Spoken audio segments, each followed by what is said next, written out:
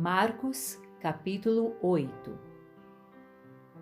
Naqueles dias, aglomerando-se de novo uma grande multidão, e não tendo eles o que comer, Jesus chamou os discípulos e disse-lhes: Tenho compaixão desta multidão, porque já faz 3 dias que estão comigo e não tenho o que comer.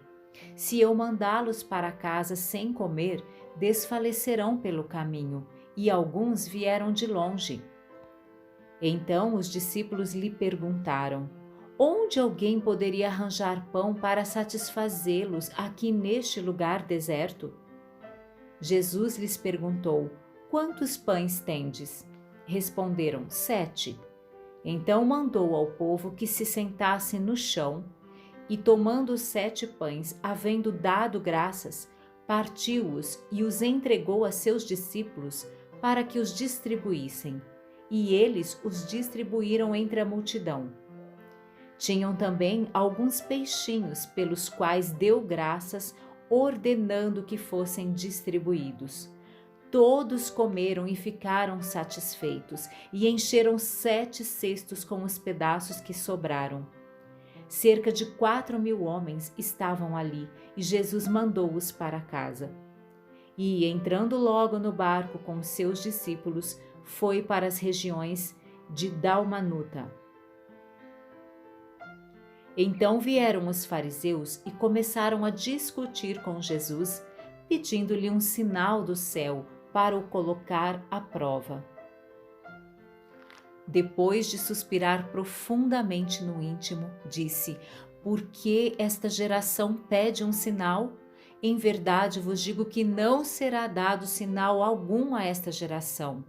E, deixando-os, tornou a entrar no barco e foi para o outro lado.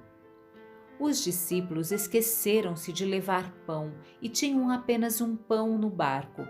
E Jesus advertiu-os: Atenção, guardai-vos do fermento dos fariseus e do fermento de Herodes.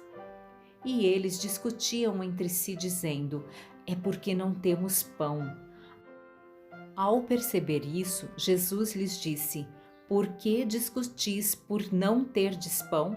Ainda não compreendeis? Não entendeis? O vosso coração está endurecido? Tendes olhos e não vedes? Tendes ouvidos e não ouvis? Não vos lembrais? Quando partiu os 5 pães para os 5.000, quantos cestos cheios de pedaços recolhestes? Eles responderam: 12. E quando partiu 7 pães para os 4.000, quantos cestos cheios de pedaços recolhestes? Eles responderam: 7. E ele lhes disse: Não entendeis ainda? Então chegaram a Betsaida e trouxeram-lhe um cego, rogando-lhe que o tocasse.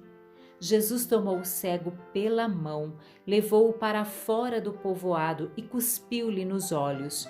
Depois, impondo-lhe as mãos, perguntou-lhe: Vês alguma coisa? E levantando os olhos, ele disse: Vejo os homens andando como se fossem árvores.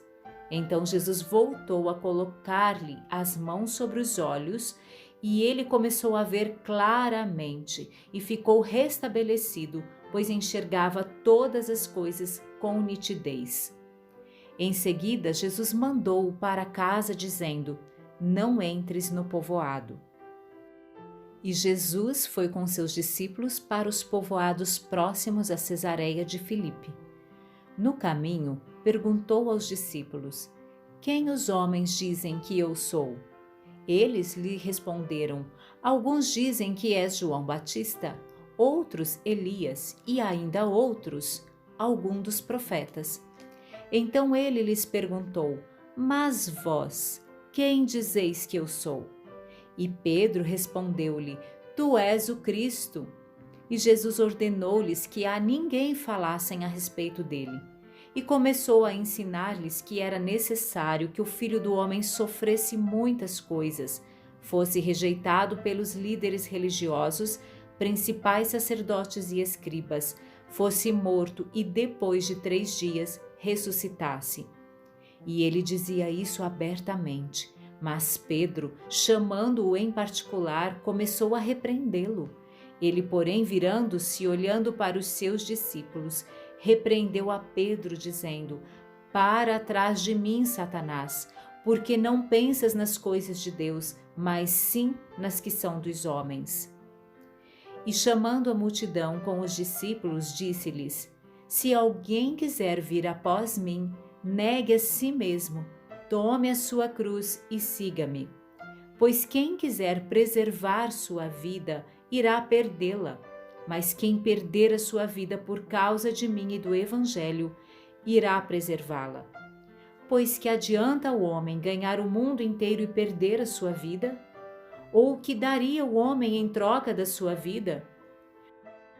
Quando o Filho do Homem vier na glória de seu Pai com os santos anjos, ele também se envergonhará de quem se envergonhar de mim e das minhas palavras nessa geração adúltera e pecadora.